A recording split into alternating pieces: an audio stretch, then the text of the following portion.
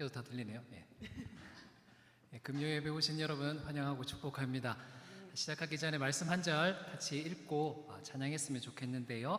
띄워주시죠. 네, 요한일서 4장 4절입니다. 같이 읽겠습니다. 자녀들아, 너희는 하나님께 속하였고 또 그들을 이기었나니 이는 너희 안에 계시니가 세상에 있는 자보다 크심이라. 한 번 더 읽겠습니다. 자녀들아, 너희는 하나님께 속하였고 또 그들을 이기었나니 이는 너희 안에 계시니가 세상에 있는 자보다 크심이라. 아멘. 아멘이십니까?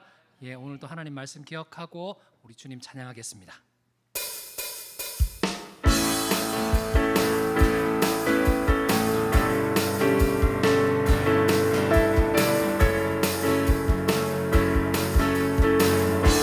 너 결코 용기 잃지 말아라.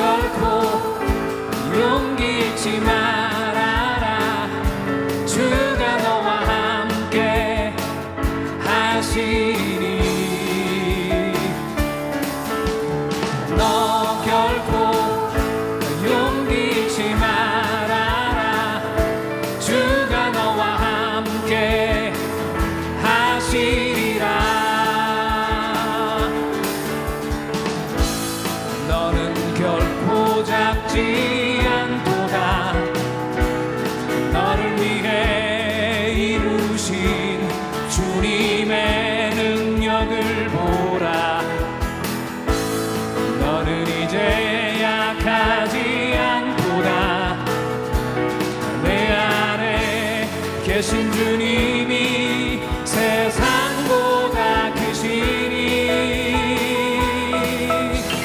너 결코 용기 잃지 말아라. 주가 너와 함께 하시리니 너 결코 용기 잃지 말아라. 주가 너와 함께 하시리라. 너 결코 용기 잃지 말아라. 너 결코 용기 잃지 말아라. 주가 너와 함께 하시리니 너 결코 용기 잃지 말아라. 주가 너와 함께 하시리라. 너는 결코 작지 않도다. 너는 결코 작지 않도다. 너를 위해 이루신 주님의 능력을 보라. 너는 이제 약하지 않도다. 내 안에 계신 주님이 세상보다 크시니 너 결코 용기 잃지 말아라. 주가 너와 함께 하시리니 너 결코 용기 잃지 말아라. 주가 너와 함께 하시리라. 너는 결코 작지 않도다. 너는 결코 작지 않도다. 너를 위해 이루신 주님의 능력을 보라. 너는 이제 약하지 않도다. 내 안에 계신 주님이 세상보다 크시니 너 결코 용기 잃지 말아라.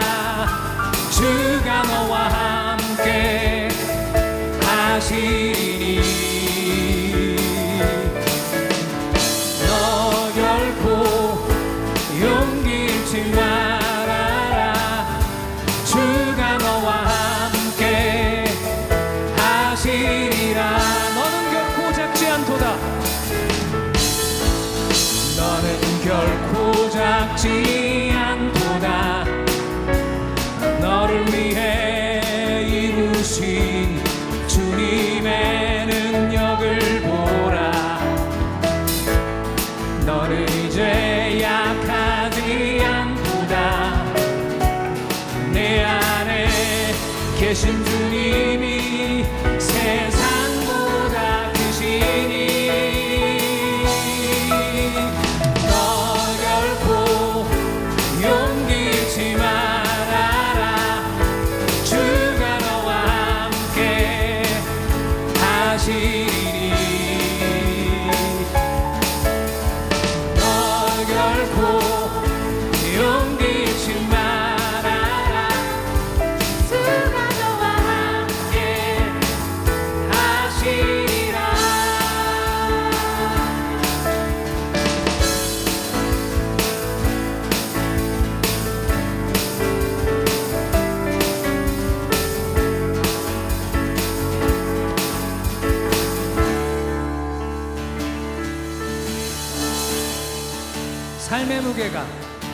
삶의 무게가 내 맘을 누르고 버티림 없는 시간을 지날 때 예수만을 의지하는 삶 되기 원하네. 주 붙드네. 주님 시선을 거두지 않은 삶, 주의 은혜로 감당케 하시네. 예수로 사는 인생 책임져 주시니 주께 맡기네. 내 안의 모든 염려는 내 안의 모든 염려는 절실한 기도되리라. 답답한 현실 속에서 주만 온전히 바라봅니다. 내 안의 모든 염려는 내 안의 모든 염려는 절실한 기도되리라. 답답한 현실 속에서 주만 온전히 바라봅니다. 삶의 무게가 내 맘을 누르고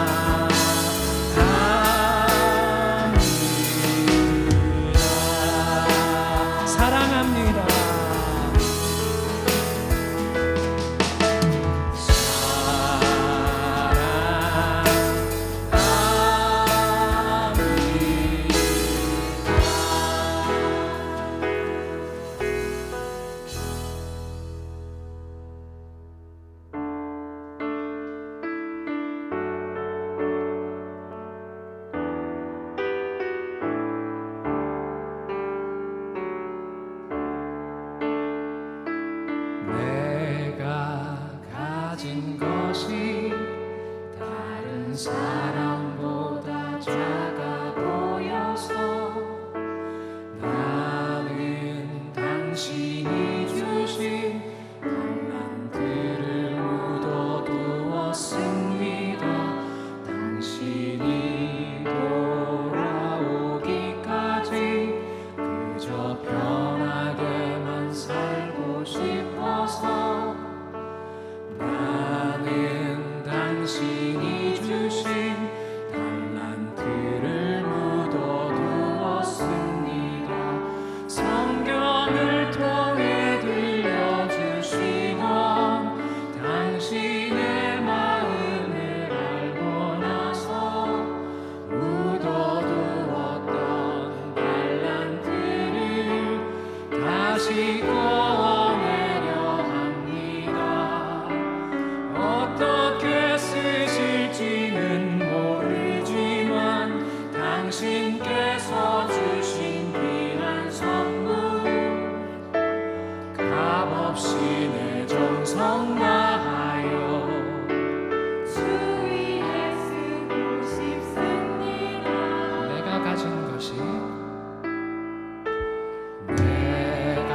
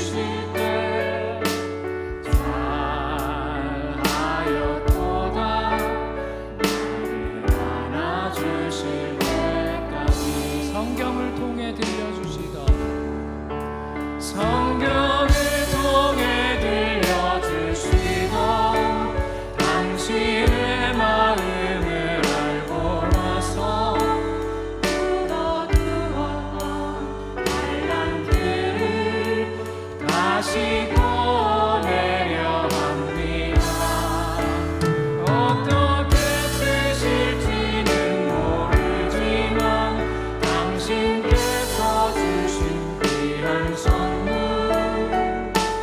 값없이 내 정성 다하여 주 위에 쓰고 싶습니다. 주님 다시 오셔서 주님 다시 오셔서 나를 만나 주실 때 잘하였도다 나를 안아주실 때 주님 다시 오셔서 주님 다시 오셔서 나를 만나 주실 때 잘하였도다 나를 안아주실 때까지.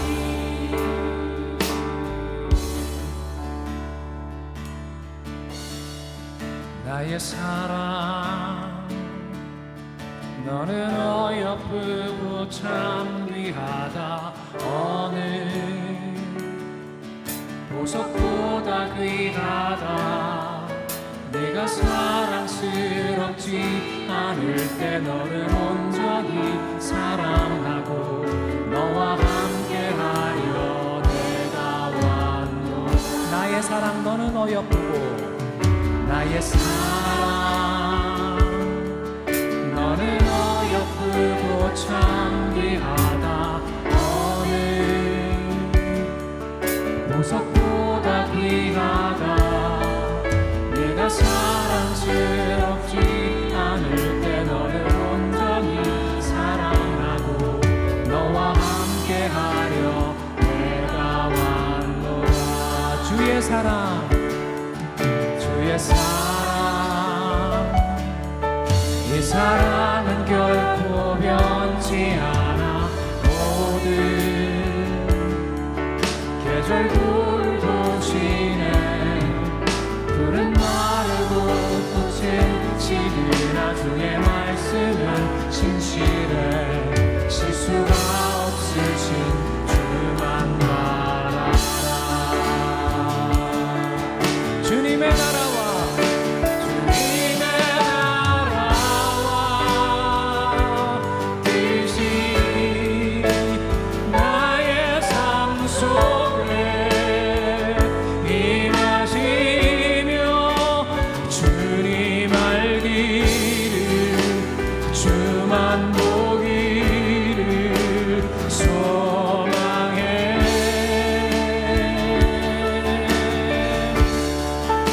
거룩히 살아갈 힘과 두려움없는 믿음 주실 나의 하나님. 완전한 사랑 찬양해. 나의 사랑 너는 어여쁘고 나의 사랑 너는 어여쁘고 참 귀하다. 어느 보석보다 귀하다. 네가 사랑스럽지 않을 때 너를 온전히 사랑하고 너와 함께하려 내가 왔노라. 주의 사랑 주의 사랑 이 사랑은 결코 변치 않아. 모든 계절 돌보시네. 푸른 마르고 꽃은 시드나 주의 말씀은 신실해. 실수가 없으신 주만 바라라.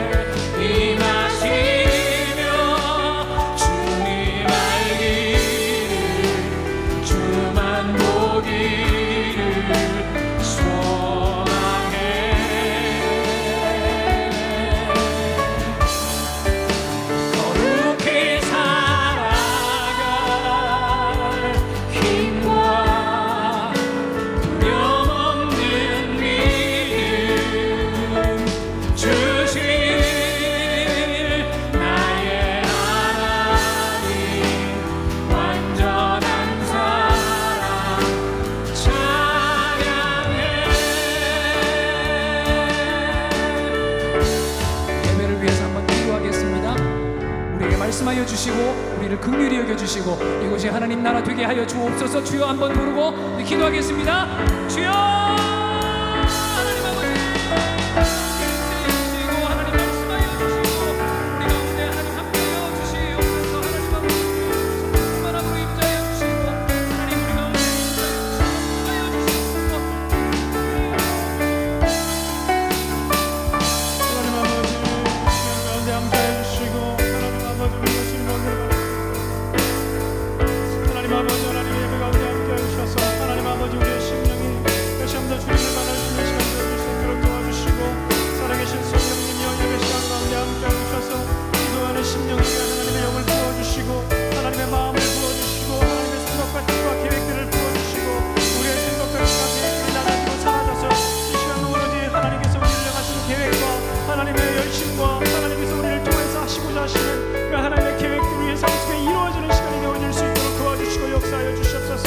하나님 아버지 우리가 기도하는 기도를 멈추는 데를 잊지 않도록 도와주시고 이 시간 끊이지 않고 다시 한 번 더 하나님 앞에서 기도하는 시간이 되게 하여 주시고 우리가 살아왔던 모든 삶을 다시 주님 앞에 올려드리며 하나님께서 나를 위해서 어떤 일을 계획하고 계시는가 말씀을 듣게 하시고 하나님 그 말씀 받고 가지고 세상으로 나갈 수 있는 시간 되어질 수 있도록 도와주시옵소서. 하나님 아버지 우리 가운데 함께하여 주시고 다시 한 번 더 우리가 주님을 바라보고 다시 한 번 더 살아계신 하나님을 만나고 살아계신 하나님이 우리에게 말씀하시는 그 하나님의 음성을 듣고 귀 기울이고 청종할 때 우리의 심령이 중심이 바뀌어질 수 있는 시간이 되어질 수 있도록 도와주시옵소서. 하나님 아버지 예배 가운데 주님께서 홀로 찾아가여 주시고 영광 받아주시고 우리가 예배하는 심령이 되어질 때 하나님 아버지 우리가 온전히 하나님 앞에 어떤 자인지를 어떤 피조물인지를 우리가 주님 앞에 온전한 그런 중심의 모습 존재의 모습 회복할 수 있도록 근본이 새로워질 수 있는 시간이 되어질 수 있도록 도와주시고 우리의 눈을 열어 천군 천사가 우리를 보호하는 그 하나님 나라의 역사를 우리가 보게 하시고 두려워하지 않고 다시 한번 용기를 내어 하나님 나라를 실현하고 우리를 통해서 역사하시는 그 하나님의 역사를 우리가 걸어갈 수 있는 우리의 용기를 얻을 수 있는 믿음의 시간이 되어질 수 있도록 도와주시도록 간절히 간구하고 소망합니다. 하나님 아버지 야고보서 말씀을 살펴보고 있습니다. 시험과 시련이 오더라도 우리가 두려워하지 않고 하나님께서 우리에게 주신 그 계획들을 향해서 우리가 묵묵히 걸어가는 용기를 얻을 수 있는 시간이 되어질 수 있도록 도와주시고 하나님 아버지 이제는 우리의 믿음이 조금 더 자라서 시험이 오고 시련이 올 때 우리가 기뻐할 수 있는 심령으로 변화되어질 수 있는 우리의 심령이 되어질 수 있도록 도와주시옵소서. 오늘도 이끌는 심령으로 우리를 바라보시며 사랑하시고 긍휼히 여기시는 살아계신 하나님 앞에 사랑하시는 하나님 앞에 우리가 홀로 설 때 하나님께서 우리에게 성령으로 기름 부어주시고 말씀으로 충만케 해주심을 통하여 우리가 다시 한 번 더 하나님의 사람으로 우뚝 세워지는 시간 되어질 수 있도록 도와주시고 하나님 아버지 우리 앞이 벼랑 끝이라도 절망일지라도 하나님 아버지 우리가 하나님의 손을 붙들고 날아오를 수 있는 시간 되어질 수 있도록 도와주시옵소서. 하나님의 말씀만 있다면 우리가 어느 곳이든 보내는 곳에 갈 수 있는 믿음과 용기를 허락하여 주시고 절망 속에서도 희망의 꽃이 피어나는 그런 말씀의 역사가 이 시간 일어나게 주님께서 도와주시고 만군의 여호와 하나님 되신 그 하나님께서 우리가 하나님의 길을 걸어갈 때 늘 함께 하신다는 사실을 우리가 잊지 않고 볼 수 있는 눈을 열어주시고 하나님 아버지 귀하시의 눈을 열어 천군 천사를 보게 하였듯이 오늘도 이 시간 우리의 눈을 열어 우리를 지키게 하시는 천군 천사의 모습을 보게 하여 주시옵소서. 두려워하지 않고 물러서지 않고 넘어지지 않고 아프지 않는 그런 우리의 심령이 우리의 존재가 우리의 삶이 되어질 수 있도록 도와주시고 다시 한 번 더 예수 그리스도의 그 이름 앞에서 우리를 사랑하시는 영원하신 그 이름 앞에서 우리가 다시 한 번 더 일어설 수 있는 시간 되어질 수 있도록 도와주시옵소서. 하나님께서 이 시간 찾아오셔서 말씀하여 주시고 새롭게 할 줄 믿습니다. 하나님 일주일 동안 고군분투하며 또 살다가 하나님께 기도가 고파서 이 시간 나왔습니다. 하나님 입술을 열어 기도하게 하시고 기도하는 가운데 우리가 알지 못했던 크고 비밀한 하나님의 역사를 볼 수 있는 눈을 열어 주시옵소서. 우리의 생각과 마음과 뜻과 계획과 조금 다르더라도 우리가 하나님의 길을 선택할 수 있는 믿음의 용기를 주시고 그리하여 순종했을 때 하나님께서 계획하신 놀라운 일들을 볼 수 있는 그 순종의 축복의 길들을 역사를 우리에게 허락하여 주시옵소서. 말씀을 듣겠습니다. 살아계신 예수님의 이름으로 기도합니다. 오늘 함께 보실 하나님의 말씀은 야고보서 1장 2장 1절부터 13절입니다.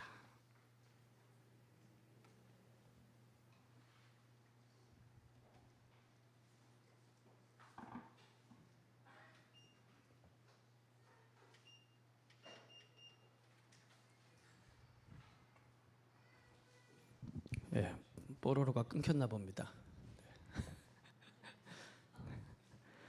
야고보서 2장 1절에서 13절. 한 주 쉬니까 한 달 쉰 것 같죠? 네, 쉴 때도 있어야 됩니다, 사실은. 교도가도록 하시겠습니다. 내 형제들아, 영광의 주 곧 우리 주 예수 그리스도에 대한 믿음을 너희가 가졌으니 사람을 차별하여 대하지 말라.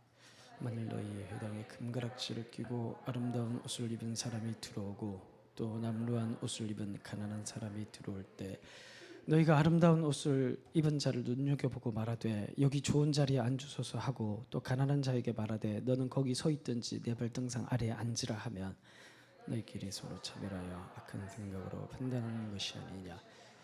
내 사랑하는 형제들아, 들을지어다. 하나님이 세상에서 가난한 자를 택하사 믿음에 부유하게 하시고 또 자기를 사랑하는 자들에게 약속하신 나라를 상속으로 받게 하지 아니하셨느냐.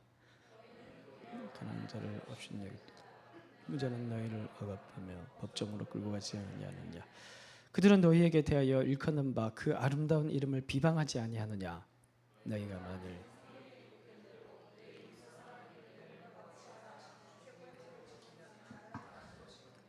만일 너희가 사람을 차별하여 대하면 죄를 짓는 것이니 율법이 너희를 범법자로 정죄하리라. 누구든지 호흡을 합니까? 그 하나를 범하면 모두 범한 자가 되나니. 간음하지 말라 하신 이가 또한 살인하지 말라 하셨은즉 내가 간음하지 아니하여도 살인하면 율법을 범한 자가 되느니라.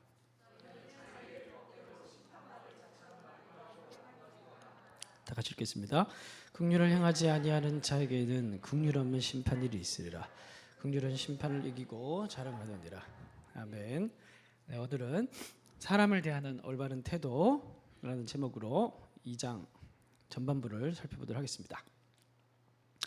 오늘은 일단 1장을 좀 정리를 하고 갈 필요가 있습니다. 1장 2절 보시면 시험을 당하거든 어떻게 하라고요? 기쁘게 여기라고 합니다. 맥락이 없으면 이거는 극기가 돼요. 극기. 그런데 성경 어디에도 우리가 하나님을 믿을 때 무언가를 실천하라고 얘기를 할 때 맥락 없이 얘기하지 않습니다. 굉장히 중요한 부분인데 하나님께서는 우리가 할 수 있는 힘과 지혜와 용기와 맥락들을 다 주시고 그 다음에 순종하라고 하십니다.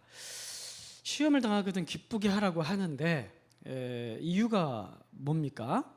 2절 보니까 결국 시련이 인내를 만들어내고 3절 보니까 그 인내가 결국 우리를 어떻게 끌고 갑니까? 온전하고 구비하여 조금도 부족함이 없는 모습으로 끌고 가기 때문에 시험을 기쁘게 여기라고 합니다. 그래서 이제 이 말씀을 좀 잘못 이해하면 우리가 이제 그리스 철학이나 이런 데를 보면 초인 혹은 철인 이런 사상들이 있습니다. 그 사람들이 얘기를 하는 초인이나 철인이 되는 그런 얘기는 아니겠죠. 시련을 통해서 초인이 된다. 시련을 통해서 철인이 된다. 이렇게 얘기를 하면은 예수 믿는 게 진짜 지옥 같겠죠, 그죠?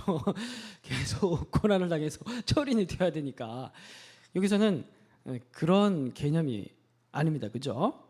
뭔가에 쫓기고 뭐 기쁨이 없고 오늘도 뭔가 막 버티고 견디면 뭔가 더 나은 사람이 되고 그런 극기의 이야기를 얘기하는 게 아니고 여기서 얘기를 하는 건 하나님과의 온전한 관계로 들어간다는 얘기입니다. 이제 12절 보시면 시험을 참는 자는 뭐가 있다고 합니까? 복이 있다고 얘기를 하죠. 그러니까 결국에는 시험을 참고 인내하고 온전한 사람이 되는 건 뭘 얘기하는 거냐면 복이 있는 상태가 된다는 걸 얘기를 하는 거예요. 이해가 되시죠? 철인이 되는 게 아니고 초인이 되는 게 아니고 여기서 온전케 된다라는 말은 말 그대로 퍼펙트한 완전한 사람이 된다라는 게 아니고 복이 있는 사람이 되는 거예요. 그러면 복이 있는 사람이 된다라는 건 뭘까? 제가 지지난주에 설명을 드렸습니다. 시편 1편을 제가 인용해서 말씀을 드렸죠. 한번 다시 띄워주십시오.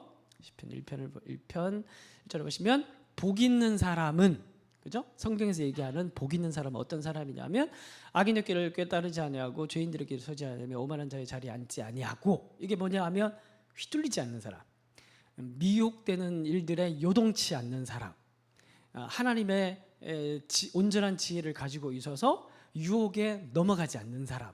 그래서 1장의 중간에 보면은 어디 있습니까? 중간이 아닌데 뒤에 보면 욕심이 잉태한 자 죄를 낳고 죄가 장사한 사말 뭐 이런 얘기 있죠. 그 시편 1편에서 얘기하는 거 똑같습니다. 복 있는 사람은 어떤 사람이냐면 요동치 않는 사람, 그런 지혜를 가진 사람. 결국 그러한 요동치 않고 그러한 지혜를 가진 사람은 무엇 때문에 그런 사람이 될 수 있는 겁니까? 2절 율법을 즐거워하고 율법을 주야로 묵상하기 때문입니다. 날마다 성경 365를 가까이 하기 때문에. 그래서 우리는 어쩔 수 있는 겁니까? 하나님의 지혜를 늘 분별할 수가 있고 하나님의 지혜를 분별해서 세상에 그런 것들에 휘둘리지 않고 요동치 않게 갈 수가 있는 겁니다. 이런 사람을 가리켜서 성경에서는 복이 있다 이렇게 얘기를 하는 거예요. 그죠? 그래서 결국 시험이 온다라는 건 무슨 뜻이냐면 시험이 오면 뭐 한번 읽어보자 이게 아니고 시험이 오면 우리는 더 어떻게 되는 겁니까? 이제 말씀을 가까이 하게 되는 거죠. 원래도 말씀을 가까이 하는데 시험이 오면 우리는 더 말씀을 가까이 하는 겁니다. 하나님께서 생각하는 게 뭐고 생각하시는 게 뭐고 또 이걸 통해서 하나님께서 나를 어떻게 인도하시고자 하시는가. 그러면서 더 가까이 가게 되고 더 말씀을 즐거워하게 되고 더 묵상하게 되고 그러면 우리가 더 하나님을 가까이 하게 되고 그러면서 우리가 더 극복하게 돼서 더 우리가 말씀을 사랑하는 사람, 하나님을 사랑하는 사람, 그리고 하나님의 뜻을 분별할 수 있는 사람이 되어져 간다라는 거예요. 그런 의미에서 온전케 된다라고 얘기를 하고 있는 거예요. 그러니까 시험이 오면 어떻게 된다는 거예요? 이걸 통해서 우리는 하나님을 더 깊게 알 수 있고 하나님의 뜻과 생각을 더 깊게 알 수 있으니 이건 더 좋은 기회가 될 수 있다. 이제 이렇게 얘기를 하는 겁니다. 그러니까 단지 이제 목적론적인, 그러니까 이제 그리스 철학자 중에 아리스토텔레스가 목적론적인 철학자입니다. 전형적인. 그러니까 그 철학자들이 얘기를 하는 그 일반적인 뭔가 우리가 헬스를 할 때 이렇게 막 운동을 이렇게 하면 자기가 감당할 수 있는 무게보다 조금 더 높여서 하는 게 좋다고 해요. 그렇게 하면 이제 근육이 찢어지거든요. 그러면 그날 돌아가서 단백질을 먹고 일찍 자면 다음날 아침에 근육이 붙어 있어요. 이런 성장을 얘기하는 게 아니고 이런 그런 어떤 목적론적인 그런 걸 얘기를 하는 게 아니라 하나님과의 더 깊어지고 가까워지고 하나님의 마음을 헤아리게 되어지는 관계론적인 측면에서 더 깊어진다는 거예요. 온전히 된다라는 거예요. 그런 의미에서 시험, 시련, 인내, 그다음에 말씀, 그리고 온전케 됨 이런 개념들이 병렬적으로 쭉 연결되는 거예요. 이해가 되셨죠? 그래서 18절 보시면 이해도 안 되는 자꾸 이해가 되시죠? 강요해서 죄송합니다. 18절 보시면 뭐라고 얘기해요? 그가 그 피조물 중에 우리로 한 천열매가 되게 하시려고 자기의 뜻을 따라 진리의 말씀으로 우리를 낳으셨다. 그러니까 시련이 있을 때, 시험이 있을 때 뭘 기억하라는 거예요? 네가 어떻게 출생했는지, 네가 어떻게 하나님의 백성이 되었는지를 그걸 기억하라는 거예요. 근데 어떻게 우리가 구원을 받았어요? 말씀을 믿음으로, 말씀을 통해서, 하나님의 말씀을 통해서 우리가 구원받았다는 것을 잊지 말라는 거예요. 그러니까 시작도 말씀이고 과정도 말씀이고 마지막도 말씀인 그런 강조를 야고보가 지금 하고 있는 거예요. 그래서 중요한 건 뭐냐면 21절 그런 모든 더러운 것과 넘치는 악을 내버리고 너희 영혼을 능히 구원할 바 마음에 심어진 말씀을 어떻게? 온유함으로, 화내지 말고 진실함으로, 짜증내지 말고 말씀이 있을 때 내 생각과 다르더라도 그걸 순종하고 받아들이고 이해가 안 되면 이해할 수 있게 달라고 기도하고 내면화시키고 그렇게 해서 나아갈 때 그 말씀 속에서 우리는 초월적인, 자 보세요 17절 온갖 좋은 은사 온갖 선물이 어디서 내려와요? 위로부터 내려오죠. 그죠?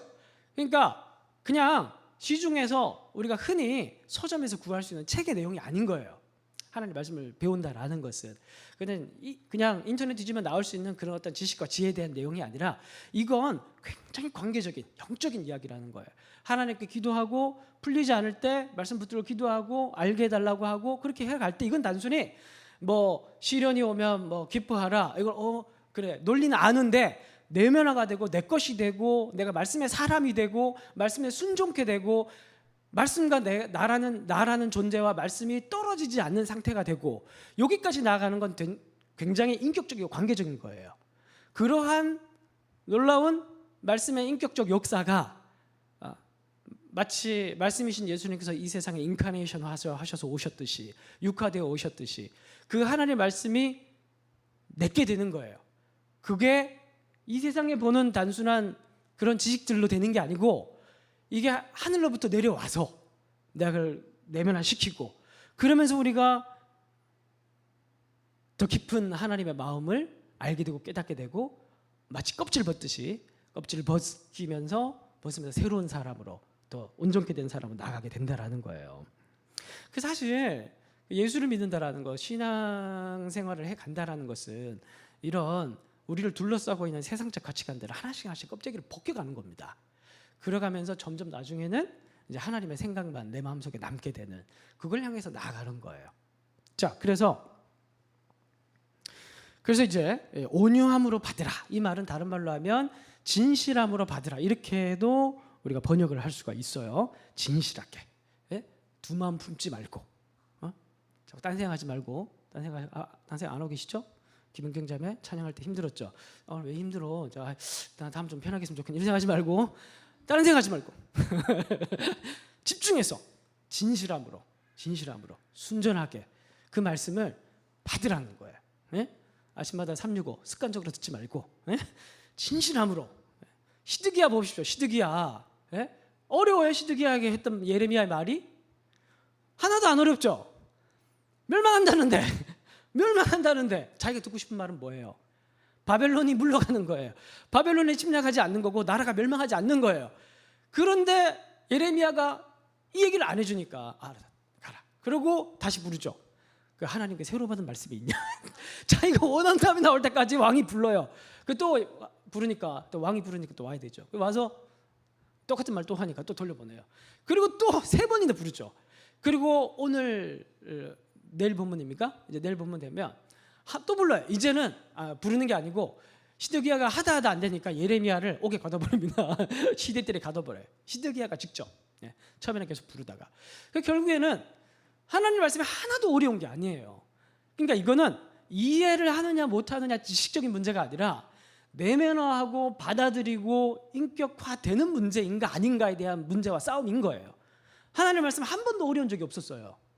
단지 우리가 거절할 뿐인 거지, 아니면은 받고 싶은 말씀만 받고 받기 싫은 건 추려낼 뿐인 것이지, 결국 말씀이 내 것이 되는 싸움이라는 것은 인격적인 싸움인 거예요. 하나님을 받아들이냐 받아들이지 않느냐의 싸움. 그래서 결국 이 시련을 통해서, 시련이 있을 때 우리가 하나님 뜻이 뭔지 묻는데 망하는 게 하나님 뜻이다 이렇게 얘기하면 못 받아.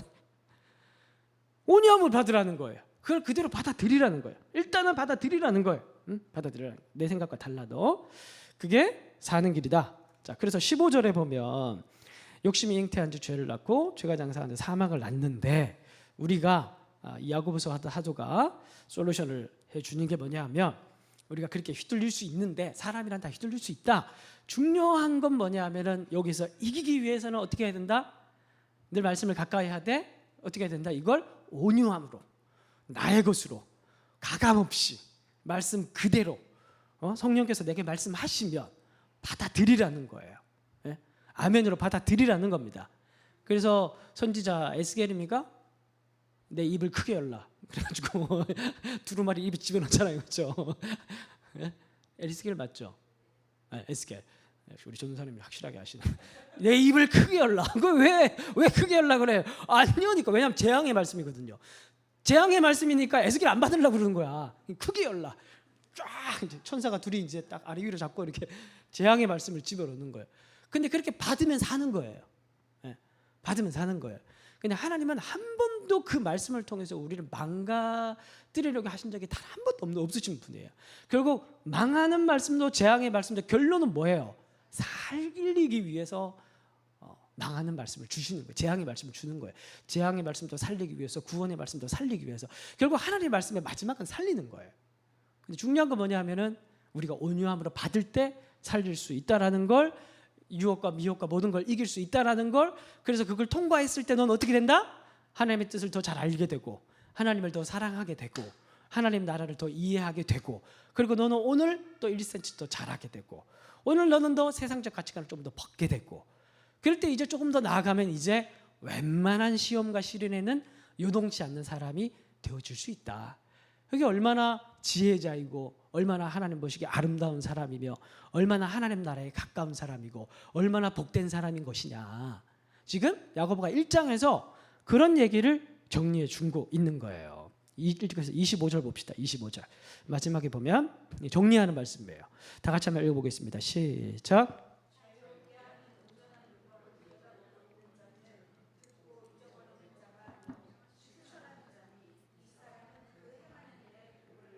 결국 또 마지막은 뭐냐면 복이에요. 결국 말씀을 따라가고 그 말씀을 통해서 시험을 이기고 시련을 이겨내면 그 마지막은 뭐냐면 복이에요. 결국에는 그러니까 오늘 1장에서는 두 번에 걸쳐서 복을 강조하고 있는 거예요. 뭐가 복이냐? 말씀을 통해서 시험과 시련을 이기는 사람이 참된 복된 사람이 아니냐. 이제 그렇게 얘기를 하고 있는 거예요. 자, 그런데 1장 25절은 오늘 2장부터 마지막 장까지 진행되어질 야고보서의 가장 중요한 본론 단락. 오늘 1장 전체는 서론 단락이고 본론 단락을 연결시켜주는 브릿지 구절입니다. 그래서 25절 보면 결국 야고보는 이 말을 하고 싶었던 거예요.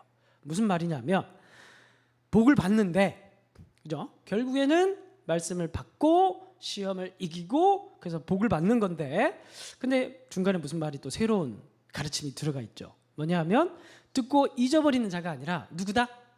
실천하는 자니 이 사람은 그 행하는 일에 복을 받으리라. 그 결국 말씀의 최종 관문, 우리가 복으로 가는 그 말씀을 통해서 복으로 가는 최종 관문은 뭐냐 하면 실천이에요. 행함이에요. 실천과 행함이라고 합니다. 저는 저희 교회 이제 GBS를 저희 교회도 하는데 저희 조장님들에게 늘 이제 예전부터 아주 오래전부터 태초부터 저는 강조했던 내용이 있습니다. 이게 뭐냐면 웬만하면은 GBS를 하라는 거예요. 그러니까 제가 이렇게 경험을 해보니까 이렇게 얘기하면 되게 꼰대 같다, 그렇죠? 해보니까 어떤 프로그램보다 GBS보다 더 나은 건 별로 없더라고. 오늘 어떻게 생각하세요? 동의하지 않군요. 웬만한 것보다 저는 GBS가 낫더라고요. 그냥 다른 것도 다 좋은데 뭐 가끔 한 번씩 다른 게 필요하긴 한데 선물 게임 같은 것도 필요하긴 한데 그런데 사실 GBS 오늘 들었던 말씀을 가지고 서로 삶을 나누는 시간, 이게 여러분 별것 아닌 것 같은데 이게 사실은 너무너무 중요한 시간이라고 저는 생각을 했었어요. 예전부터. 왜냐하면 하나님의 말씀은 기독교라는 이 특성상 공동체가 없으면 안 돼요. 왜 그런 줄 아십니까? 우리가 주일에 와서 예배 듣죠. 한 20-30분 말씀 듣죠. 그 말씀은 지식적인 게 아니에요. 오늘 저 키도 작은 목사가 생각보다 설교를 잘하네. 오늘 좀 들을 게 있다. 오늘 요거 하나 듣고 요거 새롭게 생각해봤다. 이러고 가는 시간이 아니에요. 그럴 것 같으면은 그냥 유튜브 들으시면 돼요. 당신구 철학자나 막 그런 사람들 얘기를 들으면 돼요. 그런 시간이 아니고 기독교의 특징은 뭐냐 하면 삶이 변화돼야 되는 거예요. 그러니까 결국 삶이 제거되어 있는 말씀의 시간이라는 것은 하나님 보시기에 되게 혐오스러운 모습인 겁니다. 단어가 너무 셌죠, 그렇죠? 아닌가요? 하나님 보시기에는 되게 그게 못마땅해요, 사실은. 말씀을 이렇게 듣고 이렇게 사라지잖아요. 그 집에 돌아갈 다 사라져요. 차 타고 가는 길에 다 떨어지고 갑니다. 그 집에 아무 생각도 안 나요. 그래서 이걸 꼭 담아가지고, 꼭 이제 마음속에 담아가지고 내 것으로 내공화시키는 시간이 뭐냐 하면 저는 GBS라고 봐요. 그래서 말씀을 듣고 들었던 말씀을 나의 이야기로 얘기를 할 때 진실함으로 얘기를 하는 게 굉장히 중요하고, 그리고 진실하게 얘기를 하고 또 서로가 진실하게 얘기하는 걸 듣고 서로에게 기도해 주는 시간, 아무것도 아닌 것 같죠? 절대 아닙니다. 이렇게 말을 하고 듣는 시간을 통해서 이 말씀이 내재화가 되는 거예요. 그래요, 여러분. 그렇게 살지 못해도 사실은 괜찮아요. 왜냐하면 그래도 계속 이게 쌓여가다 보면 나중에 0.1mm라도 우리가 잘하고 실천하게 되기 때문에. 근데 진짜 최악은 뭐냐 하면 이게 그냥 머릿속으로 들어갔다 귀로 나가버리는 거예요. 이게 그냥 와서 설교만 듣고 가는 거예요. 저는 그렇게 신앙생활 하지 않아서 잘 모르겠는데, 이렇게 얘기하는 게 또 꼰대 같네, 그죠? 그렇게 신앙생활 하지 않아서 잘 모르겠는데 저도 얼마나 많이 뭘 합니까? 성경 연구하고 공부하죠. 예. 그럼 제가 공부한 만큼 살면 예수님 돼 있겠죠. 벌써 골고다로 올라갔겠죠. 예. 그러니까 저 같은 목회자도 목회자 동료들이 필요하고, 저는 오비 단톡방이 따로 있어요. 예. 3일교회 출신들 목사님들 따로 이제 그렇게 그 노예도 있고 시찰회도 있고 여행 가고 서로 만나서 기도회도 하고 뭐 세미나도 하고 막 이런 목사님들 커뮤니티가 있습니다. 그리고 제가 존경하는 박대영 목사님도 제가 개척했다는 얘기를 들으니까 가장 먼저 했던 말씀이 목회자 친구를 사귀어라. 커뮤니티에 들어가라. 당신도 말씀을 나눌, 삶을 나눌 친구가 필요하다. 혼자 절대 살아남을 수 없다. 분명히 배신하는 성도들 나오고 그거 어떻게 네가 이길래? 성도들한테 풀래?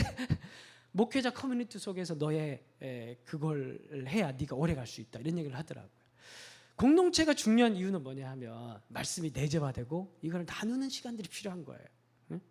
그래서 아까 말씀 요한복음 1장 1절 봅시다. 요한복음 1장 1절. 태초에 뭐가 있어요? 말씀이 계시는데 말씀이 함께 계셨고 말씀은 곧 하나님이신데 이 하나님이 육신이 되어서 오늘 이 땅에 오셨죠. 아까 얘기했듯이 육화, 인카네이션 되셨어요. 여기서 말씀이라고 번역된 저 단어가 헬라어로 로고스입니다. 로고스. 여러분 뭐 그 서양 철학사를 공부해 보신 분들은 알겠지만 플라톤의 핵심 개념이 로고스입니다. 로고스. 1세기 당시에 로고스, 이 독자들에게 있어서 로고스라는 개념은 이성, 철학, 논리 이런 뜻이에요. 철저하게 사변적이고 철학적 개념입니다. 로고스라는 개념은. 그런데 이 개념을 요한 사도가 가지고 와서 에베소 독자들에게, 에베소는 철저하게 헬라화되어 있었던 당시 도시였어요. 터키, 소아시아의 수도 철저하게 헬라화되어 있었던 도시였습니다. 그 헬라인들에게 이 로고스라는 사변적인 철학적 개념을 가지고 와서 뭐라고 바꿔서 얘기를 해주냐 하면 이 로고스가 육신이 되어서 왔다 이렇게 얘기를 해요. 그러니까 말씀이라는 개념은 철저하게 육화된 개념인 거예요. 기독교에서는 말씀이라는 것은 실천과 삶과 우리의 삶의 중심의 태도의 변화도 실천이에요. 이러한 변화를 동반하지 않는 말씀이라는 것은 우리에게는 철학적이고 사변적 개념으로 남을 뿐인 거예요. 그러면서 이 로고스라는 개념을 일부러 예수님께 붙이면서 뭐라고 얘기를 하냐면은 로고스가 육신이 되어서 왔다. 그렇게 얘기를 하면서 요한복음 전체에서 강조가 뭐냐 하면은 내가 너희를 사랑하니까 너희도 서로 사랑하라. 그게 바로 새 계명이고 제자도다. 그렇게 얘기를 하는 거예요. 되게 의도적인 겁니다. 이 서론 자체가. 요한복음 서론 자체가 육화된 말씀. 결국 뭐 제 진정한 제자는 뭐냐 하면 그 삶 속에 실천과 삶에 변화된 그 삶이 동반되지 않으면 말씀이라는 것은 철학적 개념으로 끝난다는 걸 강조하고 있는 거예요. 그래서 이런 찬양이 있습니다.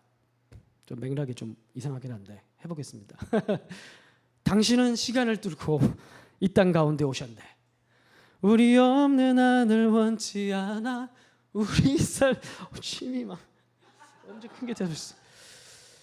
우리 없는 하늘 원치 우리 삶에 오셨네. 자신의 편안 버리고 우리에게 평안 주셨네. 가장 낮은 자의 모습으로 우리의 삶에 오셨네. 결국 성경에서 얘기하는 진리, 말씀, 예수 그리스도, 신앙, 하나님의 사랑이라는 것, 내가 널 사랑한다는 말로 끝나는 게 아니라 낮은 자의 모습으로 우리의 삶에 온 역사적 사건, 하나님의 최고의 실천, 그거에 대한 결과, 가시적 결과로 말씀이 우리에게 나타난 사건이 바로 뭐냐 하면 예수 그리스도의 계시된 사건이라는 거예요. 그런데 이게 우리가 이걸 믿고 구원받았으니까 이제 우리 믿는 자의 삶에 나타나는 신앙의 표지는 뭐냐 하면 우리가 우리의 삶 속에서도 이러한 계시들이 실천적 형태로 드러나게 되는 거죠. 이게 뭐냐 하면 결국 복의 사람이라는 거예요. 야고보가 얘기하는. 이해됐죠? 실천하는 자, 행하는 자는 어떻게 된다고요? 복이 있다고요. 뭐라고 했죠? 몇 절이죠? 25절이었죠. 그 행하는 일에 어떻게 된다? 복을 받으리라. 그 행하는 일에 복을 받게 된다. 복 있는 사람이 된다라는 거예요. 행동을 함을 통해서, 실천을 하나라도 행동함을 통해서. 우리 요즘 이제 책 모임을 이제 첫 번째 책을 끝내는데 제목이 뭐였죠? 마른 마음에서 나온다. 맞죠, 집사님? 네, 마른 마음에서 나온다. 마른 마음에서 나온다가 이제 4주 동안 봤는데 어려운 거 하나도 없어. 책 내용이 진짜 쉬운 거예요. 30분이면 다음 날 읽어야 될 2챕터를 다 읽고 잘 수가 있습니다. 누워서 이렇게 보고. 그 정도로 쉬운 책이에요. 굉장히 쉬운 책인데 세상에서 이렇게 실천하기 어려운 책은 없습니다. 아직 하나도 실천을 못했어요. 성경은 얼마나 더 어려울까요, 사실, 그죠? 근데 사실은 우리가 여러분들이 진짜 복을 경험하는 길은 뭐냐 하면 이걸 한번 해보는 거예요, 그죠? 해보는 거. 아마 제가 책을 그렇게 읽은 지 4주 정도 됐는데 집에 가서 한번 물어보고 싶어요. 어제 4주 동안 내가 좀 변한 게 있는지. 역시 변한 게 없는 것 같아요. 그 저는 약간 그래도 좀 실천하려고 좀 이렇게 의식적으로 좀 하긴 했거든요. 근데 제가 느끼기로는 그렇게 생각하고 의식하고 말을 조금 더 따뜻하게 했을 때 공기가 좀 달라지더라고요. 그 같이 있는 사람들의 공기가 좀 달라지더라고요. 그때도 느꼈던 건 뭐냐 하면 작은 하나의 결정과 실천이 당장 이렇게 공기를 따뜻하게 만드는구나. 그 결국 실천하기 근데 싫잖아요, 그죠? 말을 따뜻하게 해주는 게 좋은 건 아는데 해주기 싫잖아요. 이런 마음 알란가 모르겠네. 분명히 좋은 건 아는데 따뜻한 말 해주기 이상하게 싫잖아요, 그죠? 안 그래요? 근데 왜 그래? 이러고 특히 이제 좀 이렇게 평소에 좀 이렇게 습관이 잘 안 된 사람은 이상하게 따뜻한 말 해주는 게 그게 그렇게 어렵더라고요. 근데 그렇게 한번 의식을 해서 한번 했을 때 공기가 따뜻해지는 걸 보고 다시 한번 더 참 실천하는 게 중요하거나 그런 생각들을 했습니다. 근데 우리가 하나님 말씀을 책 보고도 그런데 하나님 말씀을 우리가 듣고 이걸 어느 한 부분이라도 마음을 먹고 진실함으로 받고 그걸 하나 실천해 봤을 때 돌아오게 되는 그 복의 환경, 하나님께서 주시는 복을 한번 생각해 보시면 우리가 하는 것보다 우리가 생각하는 것보다 훨씬 그 결과의 복이 클 수 있다라는 게 야고보의 이야기인 것 같아요. 자, 그래서 오늘 2장 보시면 내 형제들아 영광의 주 곧 우리 주 예수 그리스도에 대한 믿음을 너희가 가졌으니 이제 오늘 첫 번째 실천의 주제가 있습니다. 그게 뭡니까? 사람을 차별하여 대하지 말라. 어려워요, 쉬워요? 어려워요? 말이 전사님 말이 어려워요. 박인혜 전사님 어려워요, 쉬워요? 이 말은 되게 쉬워요, 그죠? 사람을 차별하지 말라. 그런데 여기 보면은 2절 보면 회당에 금가락지를 끼고 아름다운 옷을 입은 사람이 들어와요. 그 시대 당시에는 그 색깔의 옷에 색깔이 들어간 비싼 옷이었어요. 그러니까 옷감에 색을 입히는 것 자체가 비싼 과정이었어요. 그래서 색깔이 특히 자주색이 제일 비쌌고 색깔이 있는 옷을 입고 특히 이제 자주색 입고 들어오면 저 사람 눈에 확 띄어요. 사는 사람이구나. 근데 보통은 다 이제 시커먼색 아니면은 뭐 색깔을 무슨 색깔이지라고 생각하는데 그런 색깔 다 입고 다니는데 근데 이제 누군가 자주색을 입고 그런 비단 옷을 입고 딱 들어오면 요즘 같은 왜 이런 얘기를 하냐면 요즘은 이게 구분이 잘 안 갑니다. 요즘 뭐 카푸어도 있고 요즘은 차만 봐도 잘 몰라요. 뭐 벤츠 타고 다니는데 알고 보면 거지인 사람들도 많이 있고 그래서 요즘은 가리기가 쉬워요. 요즘은 기준이 뭘까요? 요즘은 서울에 30평 이상의 아파트 대출 없이 소유자인가? 근데 이게 기준이라고 해요. 이 기준은 안 되시면 없는 겁니다. 여러분들 차별을 걱정 안 하셔도 되는 사람들이에요. 그런데 이 시대 당시의 사람들은 정확하게 알았어요. 그러니까 너무 확실하게 보여지는 시대였어요. 비단 옷을 색깔 있는 옷을 입고 들어오면 이 사람은 일단 다른 사람인 거예요. 그래서 옷 얘기가 나오는 겁니다. 딱 들어왔을 때 이제 막 자기가 원하지 않아도 막 돌아가는 거예요. 컴퓨터가 저거 얼마 이 사람 나에게 우리 교회 특히 개쪽 교회 필요한 사람이네. 예. 아유 어디 교회에서 오셨습니까? 자연스럽나요? 자 여기 이렇게 특별석 VIP석 여기 자주색 노란색 무명은 다 뒤에가 앉아 있어요. 다 뒤에 앉아 계신 거죠? 지금 이제 뒤에가 앉아 있어. 여기 무명 온 사람들 보십시오. 3절. 아름다운 옷을 입은 사람을 보고 눈여겨 좋은 자리에 앉았어. 이렇게 얘기했죠. 가난한 사람은 뭐예요? 무명의 옷, 흰색, 검은색, 흰검. 그래서 너는 거기 서 있든지 이거 뭐예요? 무시. 그죠? 무시하는 거죠. 무시하는 거예요. 네가 거기 서 있든지 말든지 나랑 아무 상관없다. 뭐 이렇게 얘기하는 거. 두 번째 뭐예요? 내 발등상 아래에 앉으라. 이건 뭐예요? 경멸. 땅바닥 더러운데 너도 더럽잖아. 뭐 어디 앉아 무슨 상관이 있겠니? 이렇게 얘기하는 거예요. 첫 번째 뭐라고요? 무시. 있는지 없는지 신경 안 쓰는 거예요. 두 번째 뭐예요? 경멸. 그렇죠? 이렇게 하는 겁니다. 여러분 사람은 왜 차별할까요? 나도 모르게. 여러분 옆에 앉은 사람이 부자가 앉았고 왼쪽에 엄청 부자야. 현땡땡 뭐 이런 말 3천억 부자야. 왼쪽에 있는 사람은 3천원도 없어. 두 사람 중에 누구랑 친해지고 싶어요? 사실 이게 참 저도 참 이게 딜레마예요. 사실 그죠? 왜냐하면 여기 보면 6절 보면 너희는 도리어 가난한 자를 업심 여기도다. 부자는 너희를 억압하며 법정으로 끌고 가지 아니하느냐. 그런데 왜 부자를 그렇게 더 우대를 하냐? 무슨 말이냐면 부자가 교회에 들어온 저 부자가 너에게 해준 게 뭐가 있는데 부자를 그렇게 좋아하는 거냐? 왜 특별 대우하는가? 그렇게 얘기를 하는 거예요. 이상하게 사람들은 부자를 좋아합니다. 왜 그럴까요? 네? 이상하게 부자를 좋아해요.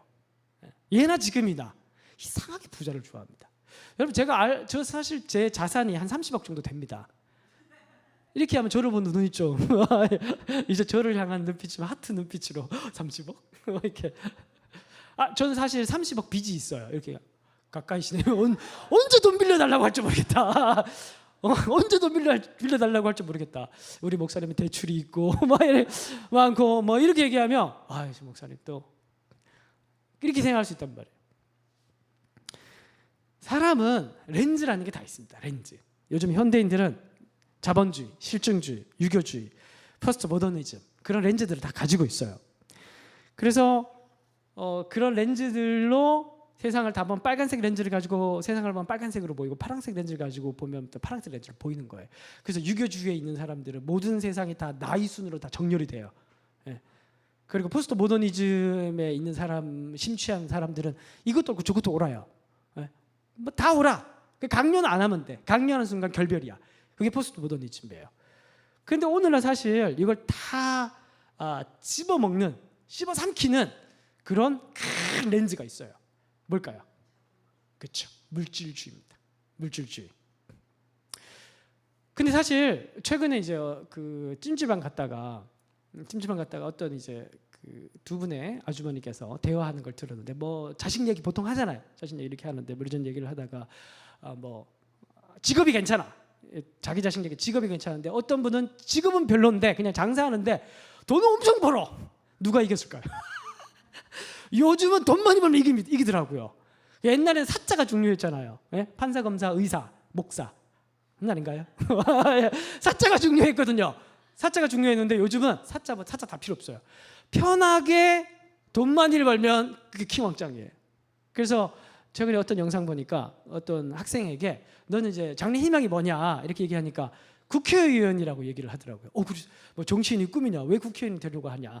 보니까 편하게 있으면서 돈을 많이 버는 것 직업 같아. 아무것도 안 하는데 돈을 많이 벌 수 있는 직업 같다고 이렇게 웃기라고 얘기했네. 그러니까 이게 오늘날 사람들의 생각은 생각보다 이제는 많이 옛날에 우리가 가지고 있었던 유교주의라든지 전통적인 사상들 다 무너졌어요. 이제는 뭐가 다 씹어삼켰냐 하면은 이제 자본주의도 훨씬 진화한다는 거 아시죠? 이제 금융 자본주의로 가면서 모든 것들이 다 정말 이제 숫자로 다 평가하고 가치가 매겨지는 시대가 됐어요. 사람들이 24시간 동안 뭘 들여다보는지 아시죠?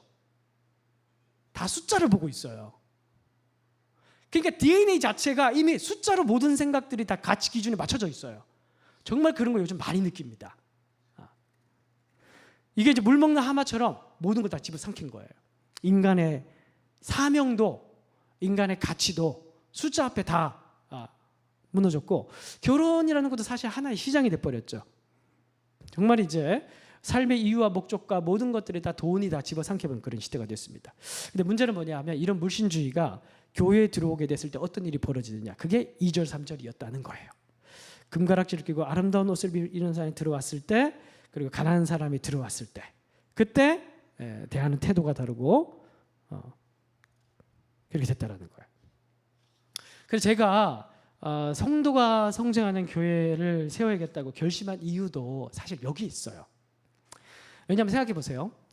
교회 성장이 목회자가 목표가 됐을 때, 그러면 결국 사람은 둘로 나뉘어집니다. 교회 성장에 도움이 되는 사람과 교회 성장에 도움이 안 되는 사람을 나눠줘요. 필히 그렇게 나눠집니다. 그렇죠? 예? 목회자가 목회를 하면서 내 목표가 이 교회를 사이즈를 키워서 뭐 500명 만드는 게 목표다. 이렇게 되면 500명 만드는데 도움이 되는 사람과 도움이 되지 않는 사람은 나눠지게 됩니다. 그런데 우리가 성도가 성장하는 교회라고 생각해 봅시다. 그러면 뭐가 중요해질까요? 그러면 이 사람 한 사람 한 사람들이 사람을 성숙시키고 사람을 성장시키는 건 예배와 말씀밖에 없잖아요. 결국에는 굉장히 중요한 본질에 관심을 가지게 되는 거예요. 제가 사실 어릴 때부터 목회자의 가정에서 자리면서 지금까지 봐왔고, 그리고 20년간 목회 현장에서 한국교회에서 목회를 해오면서 제가 마지막으로 내린 결론은 뭐냐 하면, 목회자가 교회 성장이라는 양적 성장을 추구하고자 잠재적으로라도 그렇게 생각했을 때 나타나게 되는 폐해가 심각하다라는 거예요. 그리고 사실 목회자들끼리 만났을 때도, 여러분들 지금 현재 이 강서구역 근처에 있는 상갑 단지에서 최고 대형 개척교회가 어딘 줄 아십니까? 동그라미 교회입니다. 이 건물에 우리 관리 수장님이 오셔가지고 저희 한 60, 70명 예배 드린다고 하니까 여기서 최고 인원이 많다. 물줄기 교회 오시면 안 되고, 근데 여기서 최고 대형 개척교회라 그래서 대형과 개척이 맞는 말인지 모르겠는데 제가 웃겨가지고 왜 이런 얘기했죠? 그러니까 이게 우리가 우리가 노예 등록했잖아요. 이제 노예 등록을 했는데 목사님들 절 다 알더라고요. 유튜브를 하니까 다 알고, 다들 이제 저희 한 개척교회인데 한 60, 70명 예배 드린다고 하니까 말투가 달라져. 개척교회 목사는 안 대하더라고. 여러분, 목회자 세계가 진짜 웃기죠. 목회자 세계가 자기도 모르게 이 숫자에 얼마나 많은 자신의 목회적 정체성과 목회적 방향들의 이 물먹는 하마처럼 이 집어삼키는 상황에 바닥들인지 모릅니다. 여러분들이 사실은 굉장히 기도를 많이 하셨대요. 왜냐하면 우리 교회는 성장할 교회이기 때문에. 죄송해요. 근데 그게 중요한 게 아니고, 우리가 끝까지 놓치지 말아야 될 가치가 뭐냐 하면 성도가 성장하는 교회예요.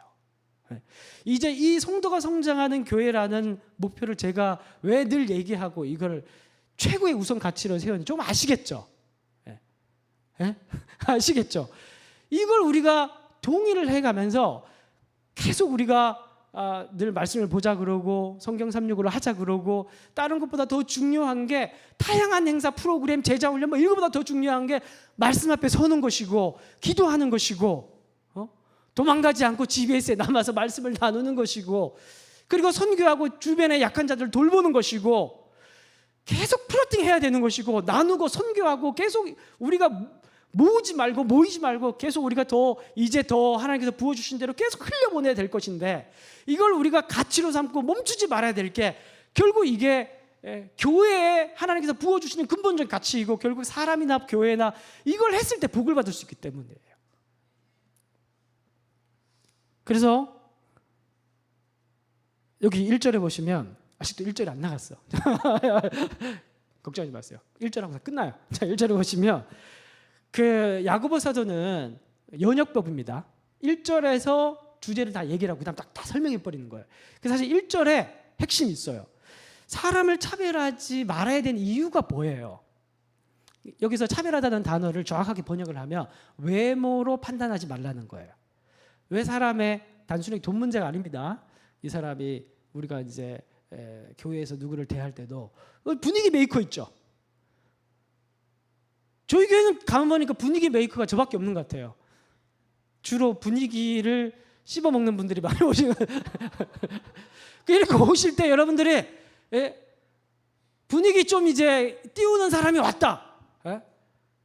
그러면 이제 그 사람도 오늘 왜 그 집사람 왜 안 왔지? 오늘 왜 그 형제 그 자매 안 왔지? 그러지 말라는 거예요. 분위기를 좀 씹어먹는 분이 오더라도 어떻게 하라는 거예요? 차별하지 말고 똑같이 어떻게 사랑해 주는 거예요. 돈만이 아니고 그 사람의 성품이나 성격이나 어떤 부분이든지 간에 우리가 차별하지 말아야 되는 이유가 뭐예요? 우리의 믿음의 대상이 누구기 때문에 우리가 그리스도에 대한 믿음을 너희가 가졌으니 사람을 차별하여 대하지 말라. 한마디로 얘기하면 너희는 예수님을 믿는 사람들이 아니니 그런데 어떻게 사람을 차별하겠니? 이렇게 얘기를 하는 거예요. 이사야서 53장 2절.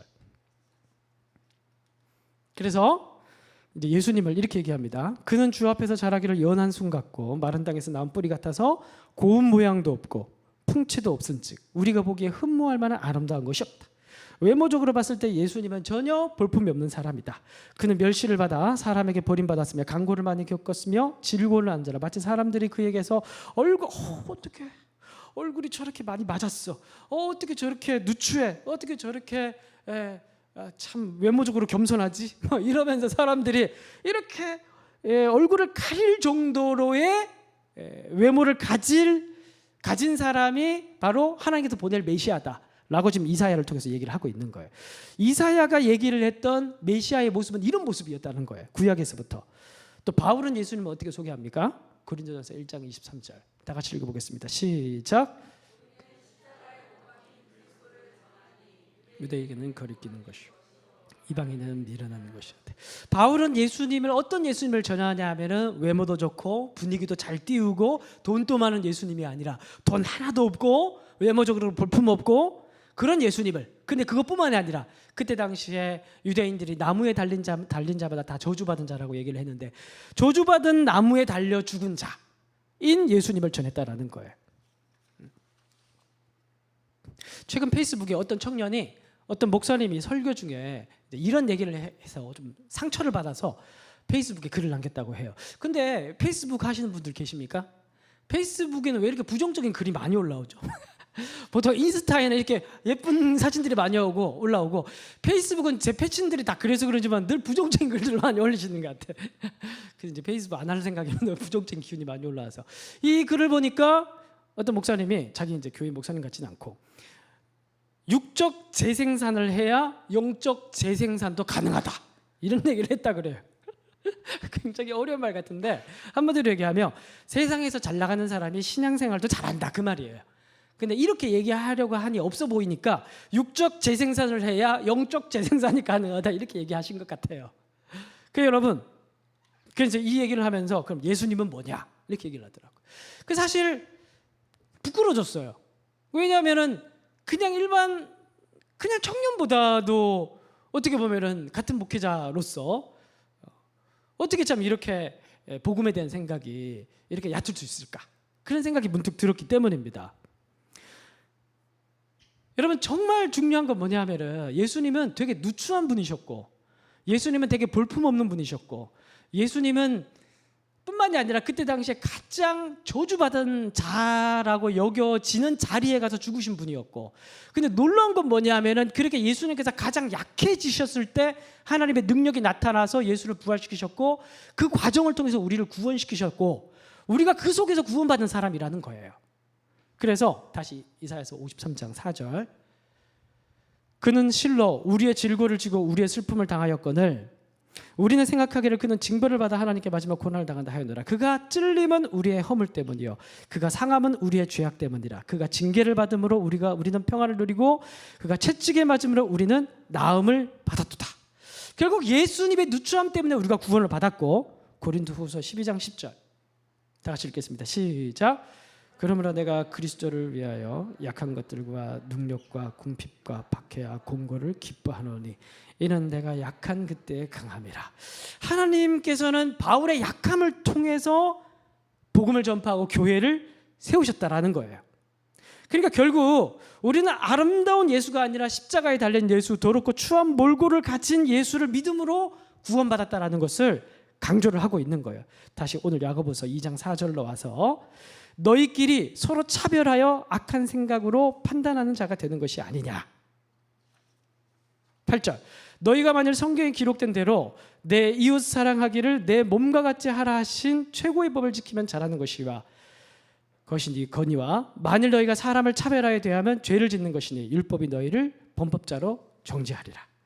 그래서 결국 우리가 연약한 사람, 누추한 사람, 별 볼 일 없어 보이는 사람, 그런 자리, 그런 더럽고 추해 보이는, 연약해 보이는 그런 자리나 상황이나 일이나 사람이나 어떠한 것인지 우리가 그걸 부끄럽게 여기면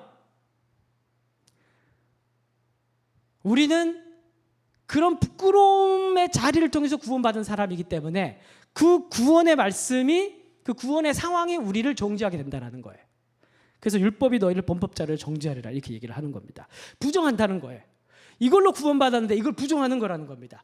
나의 정체성이 이건데 이거를 부정하는 모순적 결과를 나타나게 된다는 거예요. 그래서 그리스도인은 필연적으로 연약하고 약하고 더럽고 추한 몰골에 끌리게 되는 게 그리스도인의 구원받은 자의 자생적인 결과라는 거예요.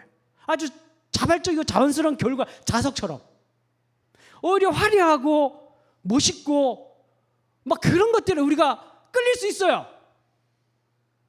그 끌리는 게 이상하다는 거 아니야. 그거 끌리지 않는 게 이상한 거지.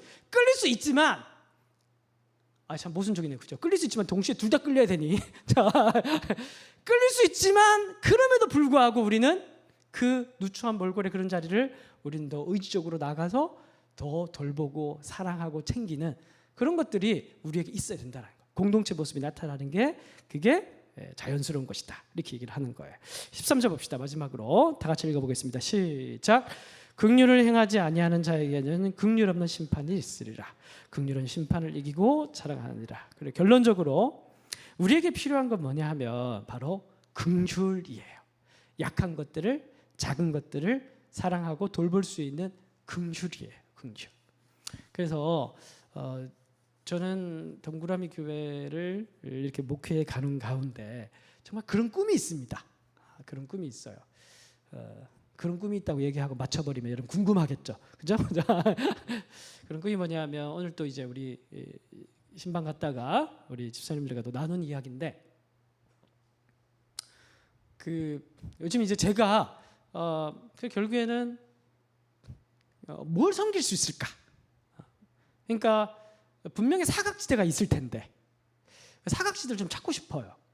사각지대, 우리가 섬길 수 있는 사각지대. 생각보다 이건 지혜롭게 잘 분별을 해서 우리가 해야 될 부분인데 우리가 다 할 수는 없으니까. 그래서 최근에 관심을 가지고 있는 부분은 자립 청년입니까? 정확한 말 맞나요? 표현 맞나요? 자립 청년. 그러니까 이제 고아원에서 나온 친구들이 20살이 되면은 이제 나와야 되고 나라에서 50만 원 5년인가 지원을 해주고, 그리고 월세 오더라고 이제 2천만 원 보증금이 나옵니다. 이제 그 아이들이 그걸 가지고 나오면 이제 고아원 형들이 붙어가지고 그걸 사기쳐서 다 뺏어가고, 그러면서 그냥 어떻게 보면 내몰리는 상태가 돼서 애들은 이제 사회 부적응자가 되는 경우가 많다고 해요. 그래서 나라는 사실 어쩔 수 없죠. 국가는 그냥 행정적이잖아요, 그렇죠? 관계적으로 어떻게 케어를 못하는 기관이에요, 나라는. 뭐 50만 원에 2천만 원 주는 것도 많이 는 거라고 해요. 많이 는 거, 옛날에 500만 원 줬다든가 그래요. 그리고 이 친구들이 한 2, 3년 정도 관계를 1대1로 어느 가정과 매칭을 시키는지 맺어서, 그래서 1년에 서울 쪽에만 몇 명 나온다든가 한 200명, 2, 300명 그렇게 나오는 걸로 알고 있는데, 그렇게 자립되는 청년들이, 그러면 이제 그 아이들이 한 교회에 한 두세 사람이라도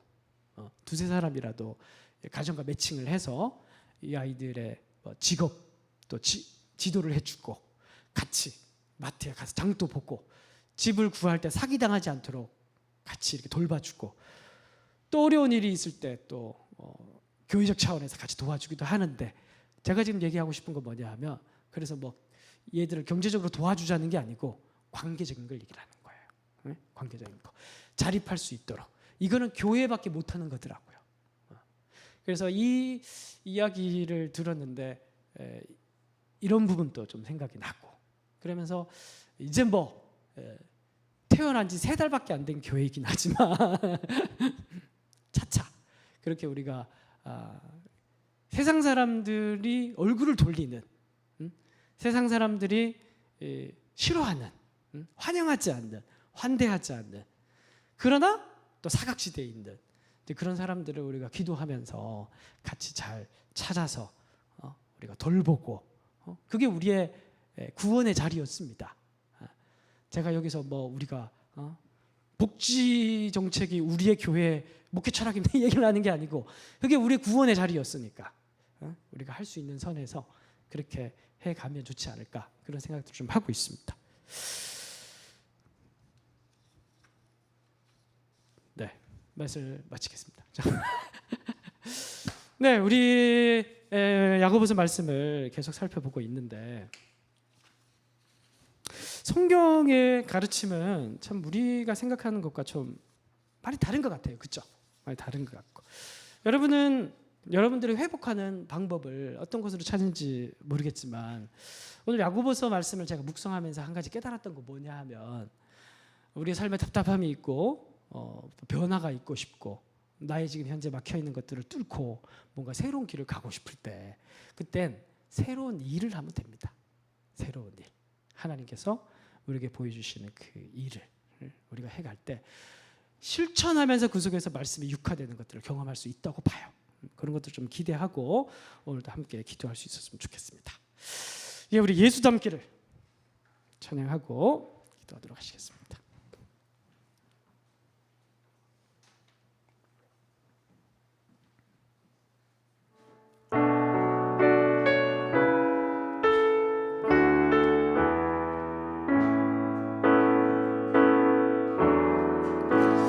내 삶의 소망, 내가 바라는 행복,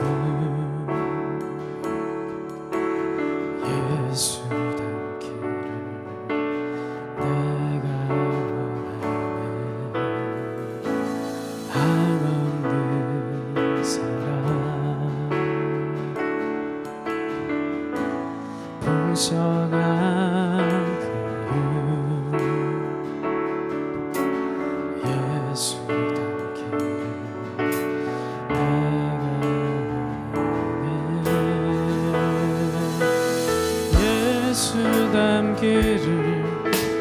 예수 보기를, 예수만 높이길 내가 원하네. 내 평생 소원, 예수 닮기를, 예수만 닮기를 내가 원하네. 온유하시고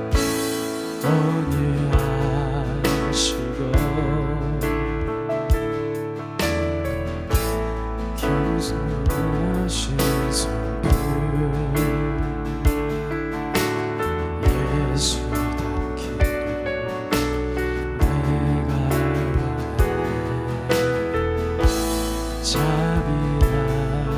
자비하시고 위로자 되신 주, 위로자 되신 주, 예수 닮기를 내가 원하네.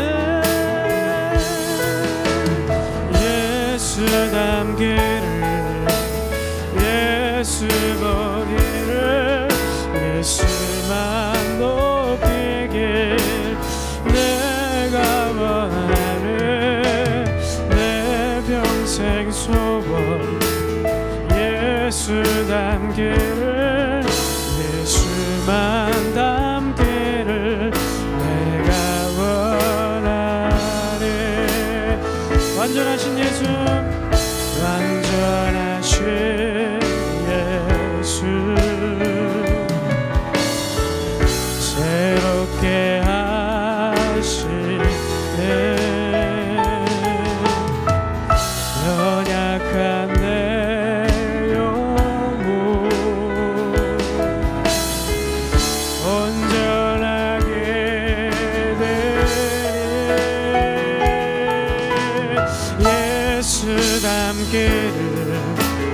예수 보기를 예수만 높이길 내가 원하는 내 평생 소원 예수 닮기를 예수만 닮기를 내가 예수 닮기를 예수 닮기를 예수 보기를 예수만 높이길 내가 원하는 내 평생 소원 예수 닮기를 예수만 닮기를 내가 원하네. 우리 말씀을 생각하시면서 우리 한 10분 정도 깊게 기도하시겠습니다. 지금 기도하실 때 여러분 예수님의 모습을 기억했으면 좋겠습니다. 예수님께서 얼마나 낮고 천한 모습으로 우리를 구원하시기 위해서 그 낮은 자리로 가셨는지 우리가 기억했으면 좋겠습니다. 하나님, 우리의 삶의 돌파구가 저 높은 곳, 화려한 곳에, 아름다운 곳에 있는 것이 아니라 낮고 추한, 아무도 가려 하지가 않는 그 더럽고 추한 곳에 오히려 하나님의 생명이 있고 돌파구가 있음을 믿습니다. 그리로 인도하여 주시고 우리 마음이 낮아지게 하시고 섬기게 하시고 생명길로 가게 인도해 주십시오. 우리 말씀을 생각하시면서 우리 주여 한번 힘차게 부르짖고 기도하도록 하시겠습니다. 주여! 하나님 아버지 오늘도 주님 앞에 하나님 아버지 기도하고 찬양하며 주께 나아갑니다. 하나님 아버지 시간 우리가 함께하여 주시고 하나님 아버지 우리 가운데 하나님 아버지 우리의 말씀이 하나님 우리에게 들었던 그 말씀들이 하나님 우리 마음속에 그대로 심어지고 하나님 싹이 나고 하나님 아버지 자랄 수 있도록 인도해 주시라고 기도합니다. 하나님 아버지 우리의 삶이 답답하고 불편하고 막힌 것 같습니다. 하나님 아버지 오늘도 절벽 앞에 선 것 같고 전령 앞에 선 것 같고 하나님 우리의 답답한 불편한 마음으로 주님 앞에 나왔습니다. 하나님 아버지 이 시간 하나님 아버지 우리 가운데 찾아오셔서 하나님 아버지 하나님 세상 사람들이 가려고 하는 그 길에 하나님 우리가 불박하고 있는 게 아니라 하나님 아버지 오늘도 말씀을 통하여 우리에게 말씀하여 주셨듯이 하나님 아버지 주님 예수님이 가셨던 그 자리에 하나님 앞에 절하는 그 자리에 하나님 아버지를 숨겨놓는 그 자리에 하나님 아버지 우리가 가야 할 길이 서 있습니다. 하나님 아버지 말씀을 들음으로 끝나는 것이 아니라 말씀을 실천한 자가 될 수 있도록 도와주시고 하나님 아버지 내가 이 시간 나의 방법으로 이걸 문제를 풀어가려고 하는 것이 아니라 하나님 아버지를 이겨서 가라고 하신 그것으로 하나님 이름으로 바꾸어 공동하여서 하나님 아버지 우리의 모든 문제를 풀어 해결할 수 있는 우리가 되어줄 수 있도록 도와주시고 기도합니다. 하나님 아버지 우리 가운데 주님 임재하여 주셔서 하나님 아버지 우리로 갈 수 있는 용기를 주시고 하나님 아버지